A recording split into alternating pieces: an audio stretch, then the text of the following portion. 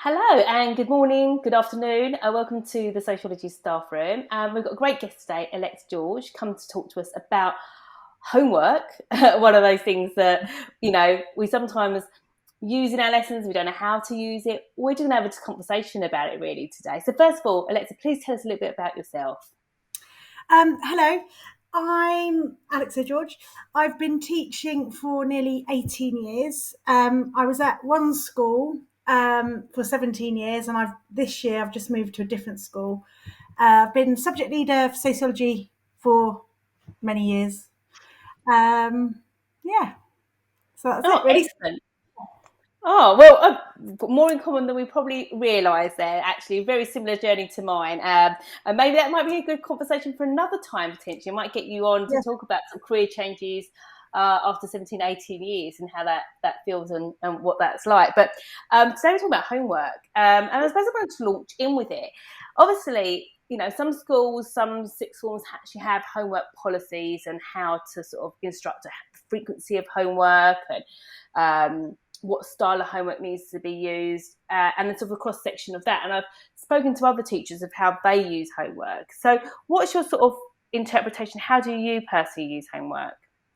So in my department, our homework policy is really as and when. The main thing that we have is that we don't set essays to be done outside of lessons. So the homework policy is that you would set essay preparation rather than getting them to do the essay for homework because of Google and Chat GTP and things like that. And how long have you been doing that for? Because I think sort of lots of different teachers have been speaking about this, how they sort of are using maybe homework time for, like as you said, homework prep, essay prep, but not doing any assess work and doing it within lesson time. But I'm conscious also that we're very content heavy in sociology, and obviously allowing the time to do the assessments within lesson time. So how does that work for you? And first of all, how long have you been doing that for? So not setting assess work for homework. Well, it really started in 2020, really, when we had to do the centre assessed grades. That was the year after. But it was really being mindful of the fact that we needed to ensure that we knew what conditions the students were in when they were doing their assessed work. And it just made sense, really, because we were having more and more cases of where it was obvious that the students had copied and pasted, and it made sense. And how are you finding the quality of the assess work in lesson time with allowing them time to some degree? I suppose there's two questions there. How are you finding the quality of the essay since you've been doing that? Because I know that not only have you said it's clear if they've sort of copied it or spent longer, and then obviously I suppose that translates potentially that students' essays may dip in control conditions because obviously they're not able to do that. So you're predicting students' A grades, and then all of a sudden they're getting D's in assessments because of kind of, have you noticed a significant difference? Yeah, and I was thinking about this actually, and so their essays are not as good. However, we spend more focus on the feedback that they get, so try to make that more useful. Um, well, we're always saying to the students, aren't we? It doesn't. The grade is not important; it's what you learn from the feedback that is important. So that's really what we try to drive home. But really, at the more timed conditions practice that they get, the better, because essentially that's what they're examined on in the end. Yeah. So that's really what we focus on. Yeah, so how are you finding that? So you're saying obviously, and it's not just about meaningful homework. So I suppose this sort of conversation is about meaningful homework. And obviously meaningful homework means that the students are something's going to enhance their learning. But it's also, I suppose, about meaningful feedback, because if Yeah. they don't have meaningful feedback, then they can't then make those improvements. But I suppose my second question around that is, how then does that feed into what's your frequency of assessment? Because, the scheme of work has to be taught. Yeah. When you think about assessments, to say if you did, I don't know, say I don't know what your finger is, but say if you did 2 half term, and Yeah. then you had to do feedback as well, that's sort of like 4 lessons gone out of a sort of a scheme of work. How do you use it, and how does it fit into your content? Well, we try to. We're really lucky. I don't know what other centres get, but we get 9 hours a fortnight. Whereas in my old school, we only got 8, so that extra hour is a massive difference. But we try to do a timed essay at the end of each topic, which I think probably is quite common. I don't know. And in terms of the feedback, rather than obviously we give individual feedback and mark each paper, but a lot of the time we find that they're making the same mistakes. So we do whole class feedback to try to get back some of that time. And then if we are tight on time, then we try to, we might set some flipped learning for homework, for example. Um, yeah. Yeah, so there's a couple of things that I'm like, because I'm just interested because there's a lot of discussion around that. I know lots of schools and sixth forms are moving in that direction where they're using their homework time very, very differently. One is getting students to, prep for assessments, but then obviously, then if the assessments happen less in time, then obviously we're sort of potentially missing out content. But like you said, it's the frequency of them as long as they're realistic and manageable. As in addition to that, I suppose thinking about sort of the feedback, like you said, whole class feedback. And I suppose as well, going back to sort of the point that I mentioned about meaningful feedback, I suppose when you did it for homework, or when the students did it for homework, the feedback probably wasn't even that meaningful because you're probably not pulling out areas they needed to improve because they'd only really happen in exam conditions. Like, I don't know, chains of analysis seems to be a thing that seems to be dropped in exam conditions where students are quite highly stressed. So they sort of make a key word, a key point, define it maybe, and then move on to evaluation. They haven't really unpicked the how, the what, the why, the analysis bit. So I suppose that feedback becomes, would you say, more meaningful as well in the areas they need feedback on? Yeah, absolutely. And it means that we as a department can focus on, because as with us, actually, we find it's the evaluation. So they'll juxtapose different arguments, but there's not really any evaluation. So we've been able to identify that as a department, and it's something we're working on together next year, actually, is our improvement plan. But I think also the reason why we don't have, set, 4 homeworks a fortnight is because we have different levels of, well, they're all experts, but we have different levels of experience within the department. And I think you have to give teachers their professional judgment. So yeah, sorry, I've got lost of where we were talking, but yeah. Yeah, so obviously it's not just a thing. Sometimes we go for this sort of quota idea of 4 assessed pieces of homework a fortnight or whatever that might be, or 4 bits of homework a half term or something. But then actually, is it then meaningful homework because you're just setting it for a reason that you tick the box for Exactly. homework rather than does it meet the needs of the students at that point? Is that that's Yeah. how I've sort of filled in the blanks in that sort of discussion. Yeah. What about? I know you mentioned flipped learning. Now I've spoken about flipped learning before. How do you ensure students are doing that? Like, what do you do sort of as a follow up for flipped learning? So when we use it, it would be I'd set them some questions that they need to go and research, and then when they come like the next lesson, I try not to plan lessons that rely on them having done that homework. When I do, I make it very explicit that they need to do it. Invariably, there is always somebody that doesn't do it. And in which case they have to go off and do the homework separately and then come back and finish the lesson another time. But I'll set the research questions, and then we will go through the answers as a class. And then to ensure they've all done it, I'll collect their work in as well. But I won't mark it. I'll just check it. Yeah, so I suppose that reduces that sort of marking load when it's just if you're assessing inside lesson time, then obviously the homework, like you said, you're just checking for understanding. Do you use Yeah. homework in any other ways? So I know that some schools, I think I was talking to Kate Flatley about this, and she sort of ensures that throughout the year they start revising at the beginning of the year. So they sort of say, like, for example, they start education, theories of education, they're sort of consistently revising the whole topic. So by the time they get to the end of year 13, they've maybe it's quite light revision. I don't know. I can't comment because Kate didn't Yeah. explain. But there's sort of use revision as well. Is that something you do, or is it just mainly flip learning and prepping? I suppose prepping for an assessment would be some Yeah, tool. I think prepping for a timed essay is revision, really. So I think that is the revision we do. I don't. We don't tend to set revision because just revision. They just don't do it. Yeah, If it, I they think. can't see a reason for it, you know. Yeah, and if it's like, I think sometimes if you just put a loose topic in there, like, I don't know, go back to theories of education for argument's sake. I think sometimes some students, not all, but need those parameters of which they're sort of revising for. So if it's going to be theories of education, it might be like a 10 marker or a 30 marker around it. They can sort of plan for, it gives a bit of direction around that potentially Yeah, for students, or like you said, answering questions around it potentially. yeah. The students find that a little bit. Are there any sort of ideas you've got in the pipeline for the next year in regards to homework?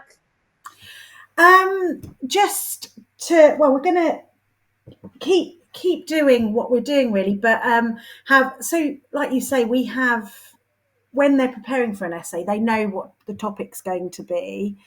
Um, So they I, do they not know the actual question? They just know it's the topic. So, for example, socialisation, like in yeah, education, they don't know the actual the title first yet. year, when they first do it, at the start of year 12, we tell them the question and they go off and prepare it. But as we go through the course, they just get less and less. They get the topic really.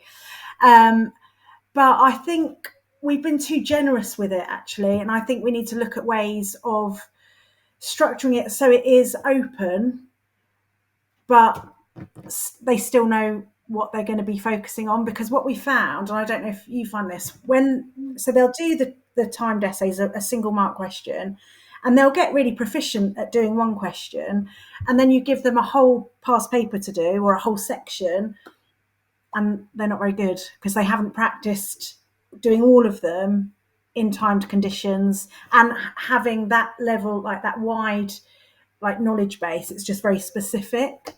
So I don't know what we're going to do yet, but we're gonna look at that. Yeah, it's hard. It's hard to get that balance, isn't it? Especially like post COVID, is, you know, like you said, generous enough that the students feel they're supported, but not so generous that they're not prepared for the real assessments as such. Yeah, yeah, Yeah. um, yeah. It's tricky. What do you do? Sorry, I know Me, you. I've been playing around with it for some time. Really, there's sort of things I've got out of fad with, and I've reintroduced. And one of the things I sort of dropped that I really want to bring back in. Actually, I was saying this the other day. I love it. At the beginning of the academic year, I bought these little pink books, and as well as their normal homework, I wanted them, and it does work. It does actually work, but I sort of stop it and I forget to do it, and just as bad as the students. But just to bullet point what they've learned that week, sort of like as a summary revision. So, like, Yeah, say that week, I mean, at the moment I teach cultural identity. So, at the moment, I've just taught. I can't even think what I've talked about. I've talked about ability, and I just would like, for example, just the end of the week to sort of bullet point 10 bullet points around that. So that's something I do, but I think I need to do more of, is just a sort of regular revision exercise. So they sort of end up creating their own little revision book by the end of the year, and it's not too arduous. It's like 10 bullet points to summarise the week or something like that.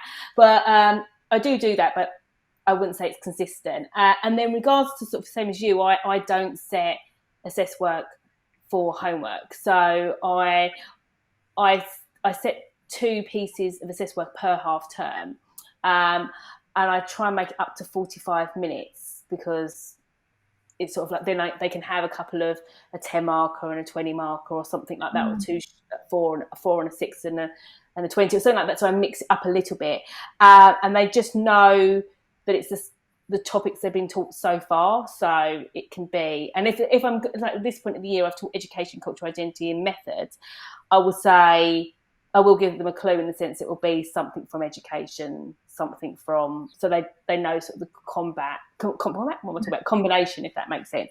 So yeah, and I suppose I am like you. I'm a little bit more supportive at the beginning of year 12. So in year 12, actually, I tell a lie. I do set assessed homework for homework to begin with. So they've got that time to sort of develop the essay writing skills at A level, and then with the clear understanding that won't be something to continue throughout the year for obvious reasons, which you've mentioned. And obviously give them sort of pre-essay plans that we planned in lesson time. So really sort of a whole class approach. But I think it's something we have to trial and error. And I think different groups, different classes, different schools will do different things, I'd imagine. I'm sure there's lots of schools out there that are still setting assess work for homework, and I'm sure there's merit to that as well. What are your thoughts on that? Like, what are your thoughts on setting assessed work for homework? What might be some of the pros of that potentially? The pro you get, but if they do it without sort of like cheating, you get a better quality answer, and then they've got a really nice like revision tool, haven't they? But you just, I just too many of them. I don't know what teachers do to get students to not do that. But yeah, in an ideal world, we could set assessed work for homework and know that they weren't just copy and pasting. I think the chat GTP thing isn't as big of an issue. I don't think it's any really different from Google, because it's very obvious if somebody's written an essay into chat, or told chat GTP to write an essay, it's obvious. So I don't think it's that much of an issue.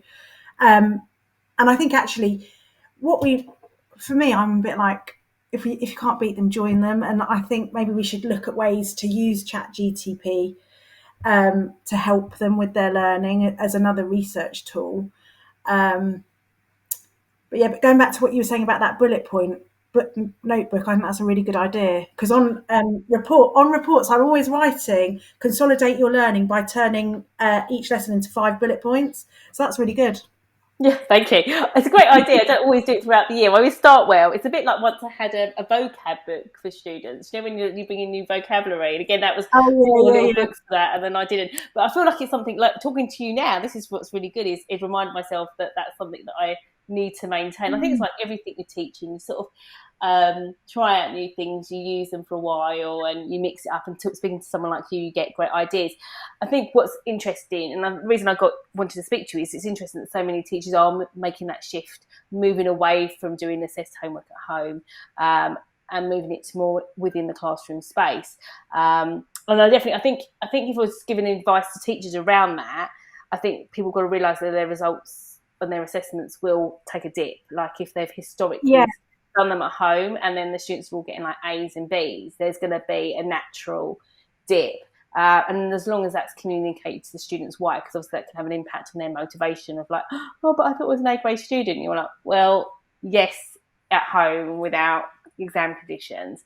And then obviously, hopefully what you just see is that sort of curve to go back up again with that sort of meaningful feedback which you've mentioned. So there's lots to consider there, and it's interesting to see. It'd be interesting if when people do listen to this podcast, how other people are using homework. I wonder if schools have policies where they have no homework. I don't know what your thoughts, just to end on that. Like, imagine there was a policy like we're not allowed to set students homework at A level. Is that achievable? Is that look at your face, you're like, oh, that's quite nice. No, well, for me, I think the whole thing of A level is that, we teach them in the lessons and they learn in the lessons, but actually a lot of what they do is outside of the lessons and independent work. And because let's face it, the students that get A's and A stars go and do their own work outside of lesson. It's not just what we teach them. So I don't know. I'd be interested. I'm guessing, because I don't know anybody that doesn't set homework at A level. Yeah, I don't know anyone either, but it'd be interesting to hear if anyone does. If anyone listens to the podcast, and put it on the Facebook page if they do, and see how that works. But like you said, I think with sociology, it might be the case that they don't set it, but they have that expectation. But then I'm thinking, would all students do that if there was no guidelines on like homework, and would they really want to do that sort of extra reading themselves? So I don't know. I think like with everything, it would be the disadvantaged students that would get most disadvantaged by that, because they might not have the means at home to do it. They might be. I just think even though they're sixth form, they still need structure, and I think having clear homework, whether it's preparing for an essay or doing questions or whatever it is, preparing for a presentation, they need the structure. Yeah, definitely. I'd agree. I think that's, and I think if they're going to continue this at sort of degree level, they expect you to sort of read outside that as well. So it wouldn't be something that's just confined, like you said, to lesson time. Thank you for your time. It's good to have a conversation about homework and how we might use it. Yeah, thank Nearly you. the summer holidays, so time for us Yeah, all to rest. But thank you for your time, and I really appreciate it. Thank you. no, thank you. Thanks. Thanks.